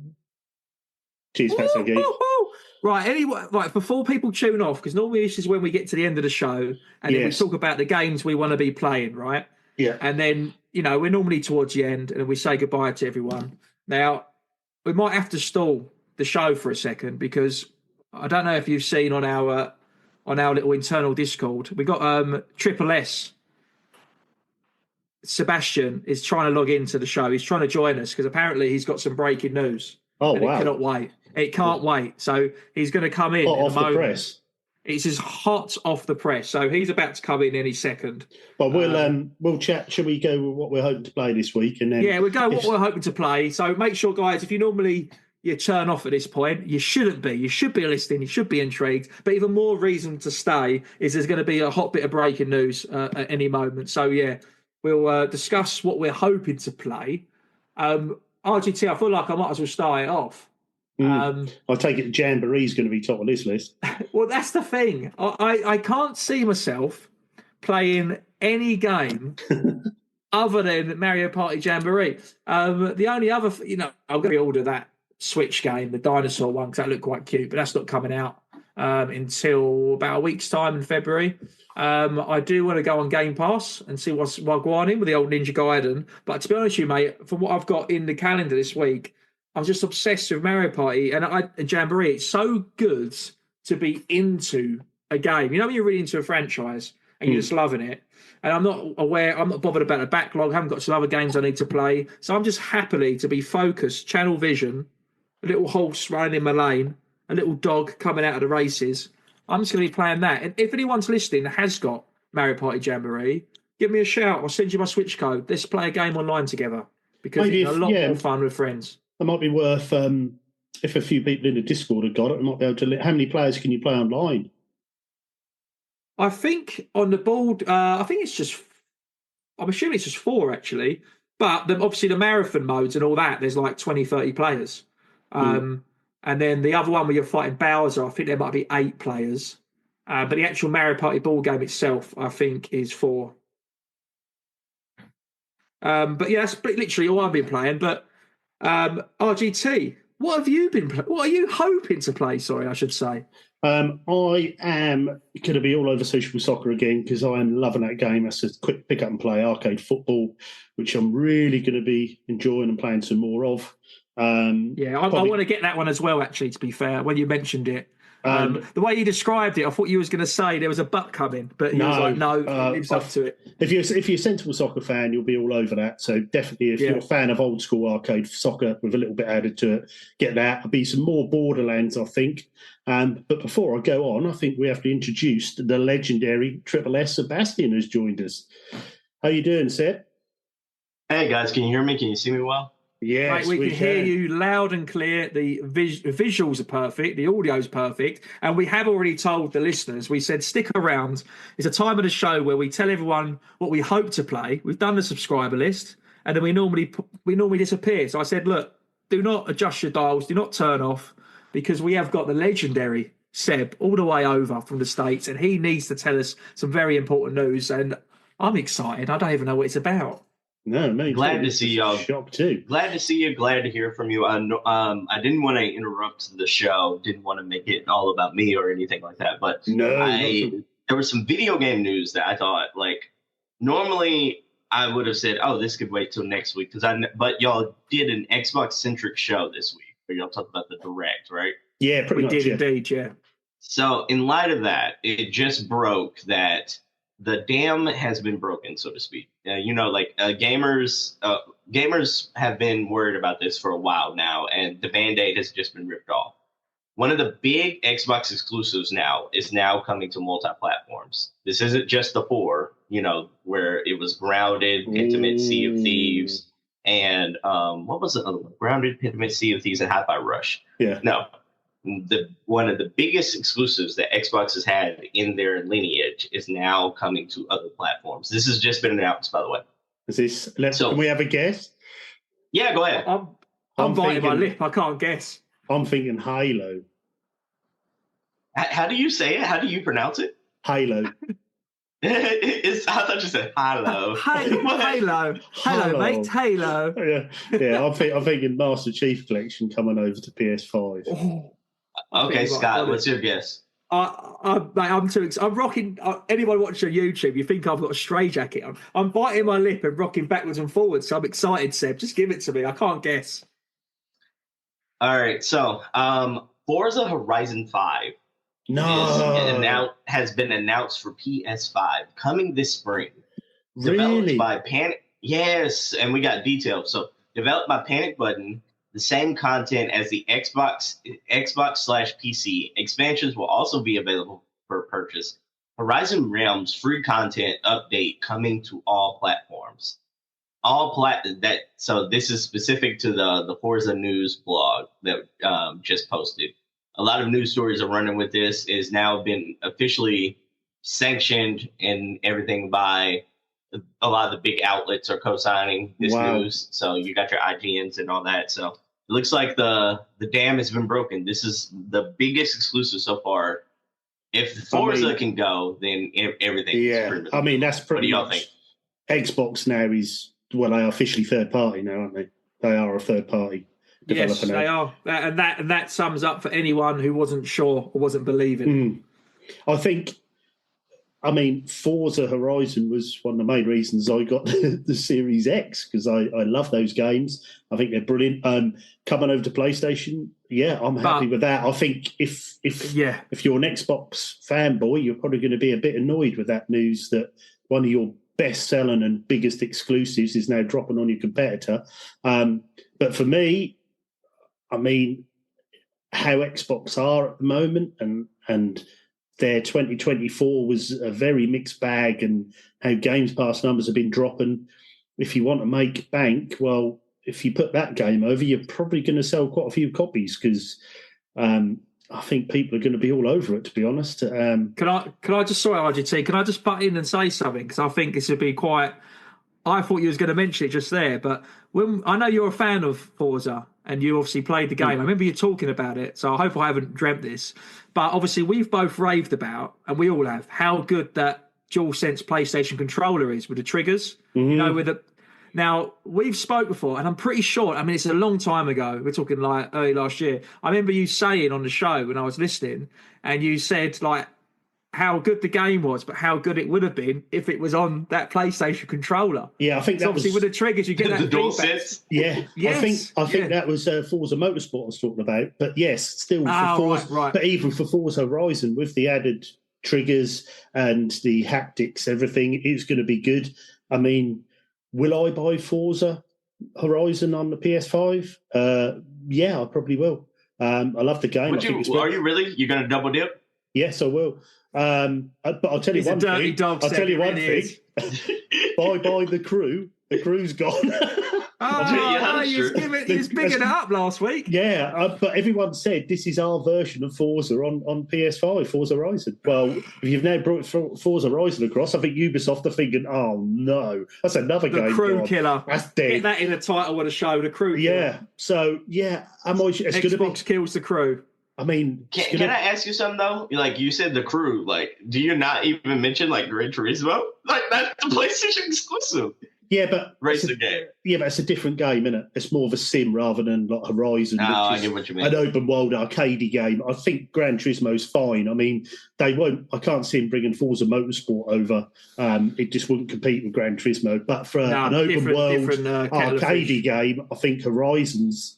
Yeah, it's good. Not as just about to say as well. It's going to be weird buying Forza Horizon on a PS5. Getting that disc set, Xbox Game Studio. Even you saying it's weird, I can't imagine the cover art. It's just weird. Do you not think? I can't. Yeah, but I don't know. It's just odd. It's just odd to me. they're gonna double dip with that, aren't they? And get it's some like money imagine back. seeing Mario on an Xbox case. You wouldn't believe it, would you? You'd be like, no, this is bootleg. This is something from Stingray Fan. I'm not buying this. You know what I mean? But yeah, I just think this is them now basically saying we're a third party developer now. Can I read something out to y'all really quick? Yeah, please do. All right, so Phil Spencer was on a couple of podcasts this week where he basically stated the following: when there's still a pitch to buy Xbox. However, the sales of the units continue to decline sharply. The more Xbox third-party ambitions and everything is an Xbox marketing continues to spool up. Spencer said exclusively this about that. I want people to pick hardware based on the capabilities of that hardware and the choices that they want to make about where they want to play. We want our hardware to win based on the capabilities we have. Hardware critical and fundamental to what Xbox is. Not trying to gatekeep the games off of different places. We feel like gatekeeping games is not the way of the future. We feel like this is a winning strategy that is going to pivot us into the next tier of Xbox and perhaps move us into a closer space with our competitors. Yeah. So, guys, what do y'all think about that? I think personally, I mean, it is Phil Spencer for a start. Let's just remember that he does say some off the cuff things at times, but it's a weird thing to say. What's he like, the Donald Trump of gaming or something? Is that? He does. Well, it was about 12 months ago when he said, there'll be no other games coming across of our exclusives to other system. He's so he does sometimes get caught up what he says, but also it's a strange thing to say about hardware when the Xbox Series S has been such a handbrake on the releases. So third-party games have tend to play it on the PS5 better than they have on the Series X because of the Series S handbrake. So I think for him to say our hardware will try and win through unless they've got new hardware coming out that we don't know about yet, I think, it's a strange thing to say considering how well the PS5's third-party games have been playing and sales figures, like we said last week, November, that was 5-1, so there's a big gap to make up. So I'm not sure they're wanting the hardware to win through. I think for them selling their exclusives on their leading competitors' systems, I think they've been backed in a corner to do that because of the acquisitions they've made, because of the billions they've spent, yet Games Pass numbers have either plateaued or fell away. The hardware hasn't sold. I think Microsoft have said to Xbox, it's time to start making some bank and push your games onto other systems. So I'm not sure. I think he's doing a confident sort of speech there saying for the hardware, but I think it's more that they've probably been backed in a corner there, to be honest. What do you think, Scott? Mate, I agree with what you're saying, to be honest with you. We've been talking for maybe you guys have been talking to it maybe 2 years, and we're talking about the direction Xbox are going, leaving the hardware and getting things in other systems. So we all knew this was coming. It's just that this is such a big step. It kind of just seems a little bit of a shock, I suppose, doesn't it? There's a little bit of all happening at once. But this is things we knew was going to happen. But this is just a big, like I say, it's a big step, and it's the start of a year as well, with a lot of big games that's going to be coming out. It's kind of like GTA is going to really dominate. It's kind of like it's setting its foot of where it wants to be in the market, where it wants to be going forward. It's just that's a big thing just to announce. I feel like out of nowhere. So maybe there was some pressure. It's a very and then with the time of day it is now as well. I mean, on a Thursday. And I think a little bit odd. And I think them other 4 games were they were testers. They put them other 4 across. Said, look, let's just see. Oh yeah, for sure. Let's just see what happens with these. We'll see if Thieves has been quite a big success on the PS5. There's a lot of players online playing that. Hi-Fi Rush, that. Yeah, it's weird as well because they're almost the games that would draw people to Games Pass, but you're now taking that element out. But then I suppose you're selling them and making bank on the sales. So it's a weird space. Only though they know what the best thing to do is. And it's a business in the day. Yeah, for business wise, maybe they're trying to find their own space. Sony had a big exclusive single player games. Nintendo, they have their own area. They got the handheld. They're less powered, but they have their own their own fans. They go off in their own direction. They do their own thing. So maybe this is Xbox saying, well, we're going to veer away from what PlayStation is doing. We'll be third party, but we'll also have hardware as well. Maybe this is them trying to distance themselves from a console war, Yeah, because let's be honest. I mean, you said it on the show last time, RGT. I think you said PlayStation outselling Xbox. Yeah, I think you said 8-1. 5-1. That was in November. November figures. Yeah, when they released the November figures. So they're already a third in a 3-horse race. So if you can't, time to do something different. What do you think, Seb? Do something different. Do you think this is a good move or not? So I'm of two minds. If I'm being honest with myself, business move. I think they're in a pickle because I do think. Hold on, before I answer though, what did y'all guys think of the developer direct from last week? Like honest opinions, like 1 through 10. Y'all ranked it.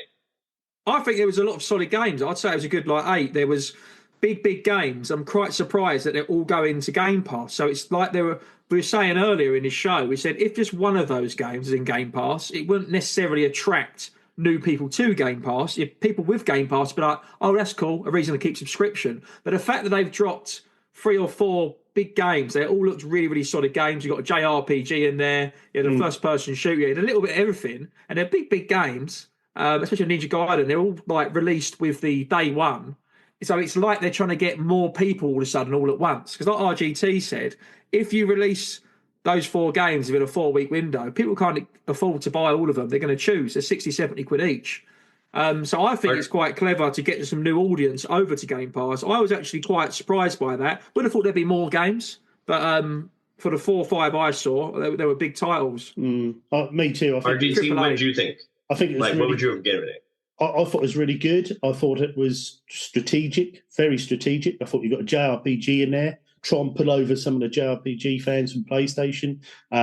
Try and get your foot down a bit more with Games Pass in Japan. We all know they don't do very well in Japan, Xbox, and they always have a lack of JRPGs.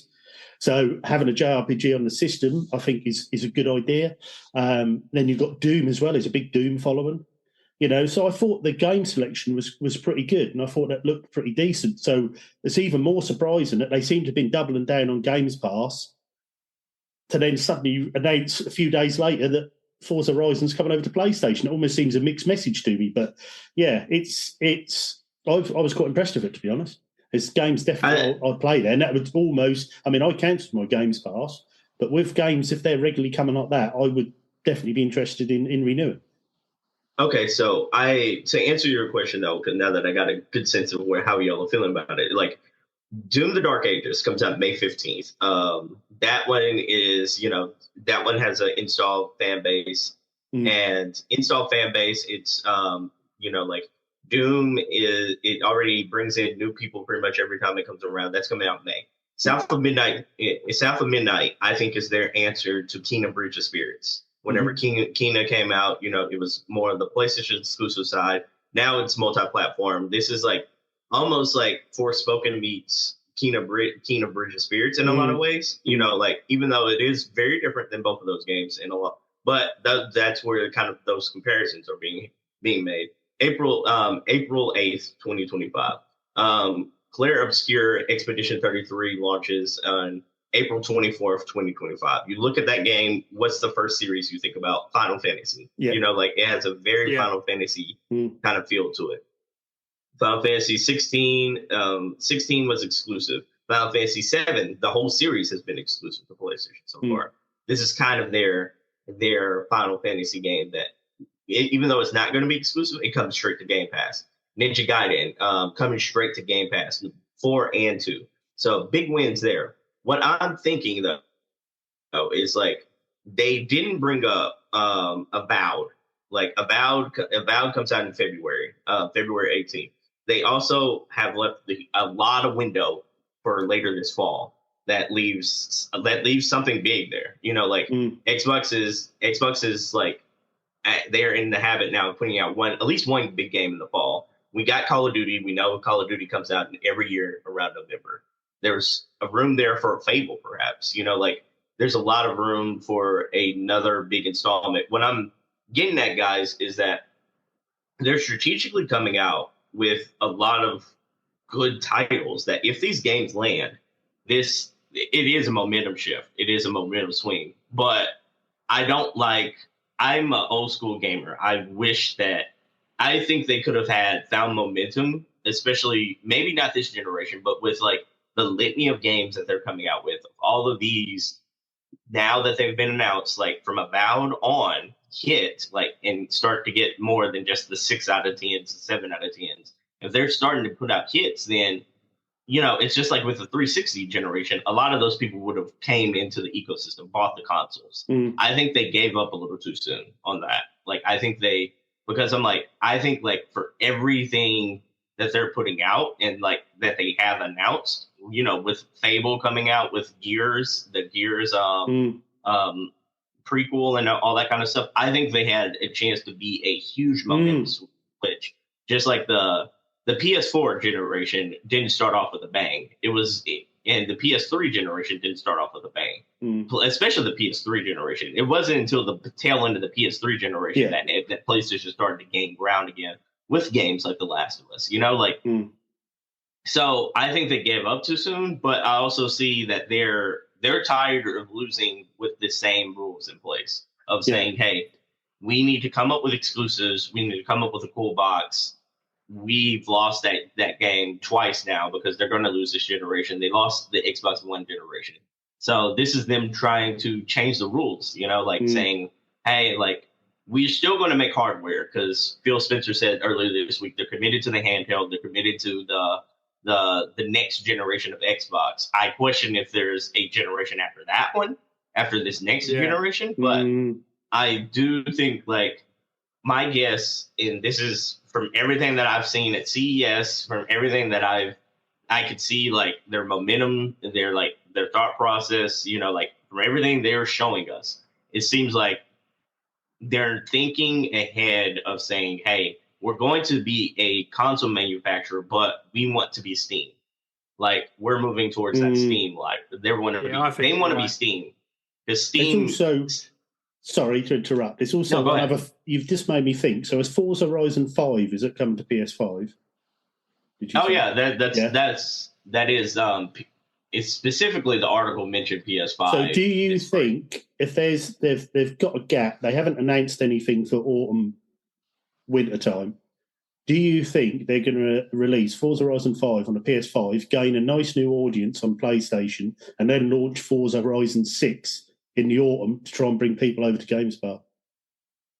I don't think so. I think, for one, I do think like the studio is lightly working on the next Forza game, but they that same studio just put out Motorsport, and that Playground Studios is heavily working on Fable right now.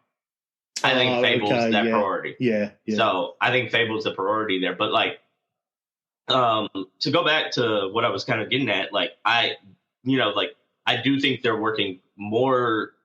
I think they're working more on software than they are on hardware right now, because like the reason they're not putting out a 0.5, a Xbox Series, whatever they want to call it, like their version of the Pro model this generation, is because they're not thinking about that. Like, they're thinking about software, and I think that's the right move. I do think in the software bunch is like, I think have y'all both heard the stories about the Xbox, that Xbox is like now trying to work more closely with the handheld market, like with Asus and all that kind of stuff. Yeah.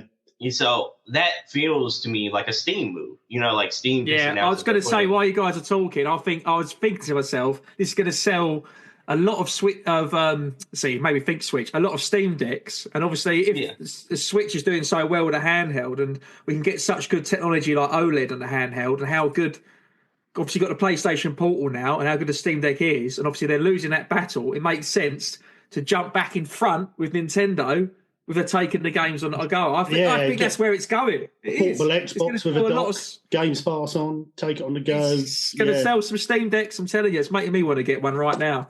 I think it's bigger than that, friends. I think it's like, I think they're working, like just a little bit ago, like under a month ago, Steam announced that they're putting their OS, their operating system, on a lot of different devices. It'll be available on third-party devices. So that means like the Asus ROG Ally, and like a lot of the Nova and a lot of those other PC handhelds can now start you can put Steam OS on there, which is a game changer, by the way. That to me is like, Steam OS is like having, you know how like a lot of people complain about like Windows not being optimized for phones and all that kind of stuff. Steam OS is the operating system of PC gaming. Like that's the thing going forward. I think Xbox is now working on their operating system of saying like when they say this is the Xbox, it's to get everyone accustomed to having. They want to do what Steam is doing. Like Steam and Xbox are more closely aligned to their same like mannerisms right now than PlayStation Xbox, than Nintendo Xbox. It's like Xbox is thinking more like Steam than they are like the other two manufacturers, because like I wouldn't be surprised if they make their own operating system especially with their handheld coming up, of saying like, hey, we want you to just put our operating system or our app on anything you have. Everything's an Xbox. We don't necessarily. We would love to have your sales and hardware, but we don't need it. Like we want to be more ubiquitous of the app store on your phone than the actual like hardware that you see in a. They're going more for that. I think they're really trying to hit that casual gamer market where people don't people don't play games very often, so they're not going to invest in a Switch 2, they're not going to invest in a PS5 or even an Xbox. But everyone's got Prime. Everyone's got a Fire Stick. If you've got a Fire Stick and you can play it, you're more likely to take a subscription up if you're a casual gamer, when all you've got to do is just sign up for $15 a month. You're more likely to do it. So I think that's more where they're aiming long term. And I think, yes, they are going a different route, but I think that's probably the route they're aiming at, because, you know, the big console sales and the big exclusives Sony have got, the on-the-go and the handheld market is Steam and Switch. So I'm thinking, where else is there a gap? Well, casual gamers. If we can get them on board on Games Pass with not having to have hardware, there must be millions out there. Yeah, mate, that's a great shout. Yeah. You know, so I think that's more where they're aiming, where they can get more and more people. And then you never know. You might convert people to gamers, and they might then turn around and say, I might get a new Xbox. So, you know, it's a gamble, but I think it could be the way they're heading. I think it's somewhere they've got to head, to be honest. Yeah, what have they got to lose, RGT? They're already losing, aren't they? Let's be honest. Yeah. So, I mean, if you're losing, you change the rules, right? Exactly. You want to change the rules. Yeah. Now, let me ask y'all this before we go. Like, before this year is up, do y'all see any other Xbox exclusives, or what most people thought of Xbox exclusives coming over to PlayStation or the Switch 2?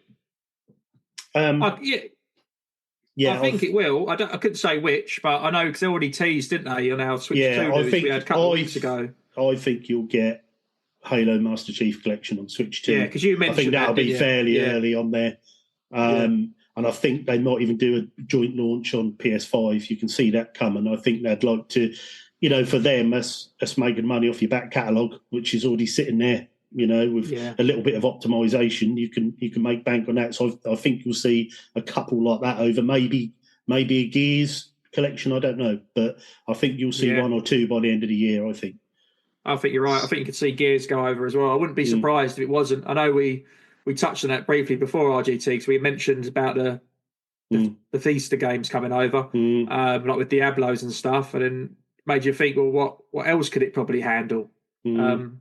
Some of those Gears Remastered is old enough that I think like a Switch 2 could run it as well. Oh, definitely. Halo Master Chief is old enough. Because we're looking at, I think they're saying a PS4 sort of graphics is what I think people are thinking for this Switch 2. Yeah. So if you think about it, there's quite a lot you could probably get on there you might not have realised. Yeah. Sorry to interrupt, guys. I just thought I'd want to know that. Mate, it was worth. Yeah. Glad you did. You know, that's very interesting. And you guys listen at home, if you've got any views on that, on this latest news as we record and has just dropped, what do you think about the exclusives coming over? Are you an Xbox player? Are you an Xbox fan? What do you think about your exclusive games coming over to a leading competitor like PlayStation? Are you a PlayStation gamer? Do you want to see them coming across? Is it going to, is it quite exciting to see a Forza Horizon on running on a PS5? Let us know. Join the Discord, have a little chat. If you want to. If you're an Xbox gamer, do you feel betrayed? Yes. Yeah. Let us know. I think that's a big question. Like if you're an Xbox gamer, with what Phil Spencer said, like almost a year ago about like these are the only 4 games right now that we're thinking. Do you feel betrayed by that? You know? Yeah, and taking how long a game takes to optimise, he probably already knew that Forza Horizon was coming over, I would imagine. But yes, so let us know. You can contact us on Twitter or Instagram or on DMs, or you can even email us at questions@unofficialcontrollerpodcast.com. Let us know what your opinions are. As always, thanks everyone who's listening. Thanks everyone who's downloading. Thanks everyone who's watching on YouTube. Thanks to you guys. Thanks to Scott again. Wonderful show, written and edited, mate. Absolutely brilliant. Thanks to Seb for jumping in. Brilliant news there and great end to the show. And I think, as is your show, Scott, I think I'll let you go out with the little slogan, young man. Oh, thank you very much. So it doesn't matter what you... It doesn't matter if you're given the unofficial controller. It's what you do with it that counts. Brilliant. Cheers, guys. See you later, Bye. boys. See ya, bye. I forgot about the parting of it.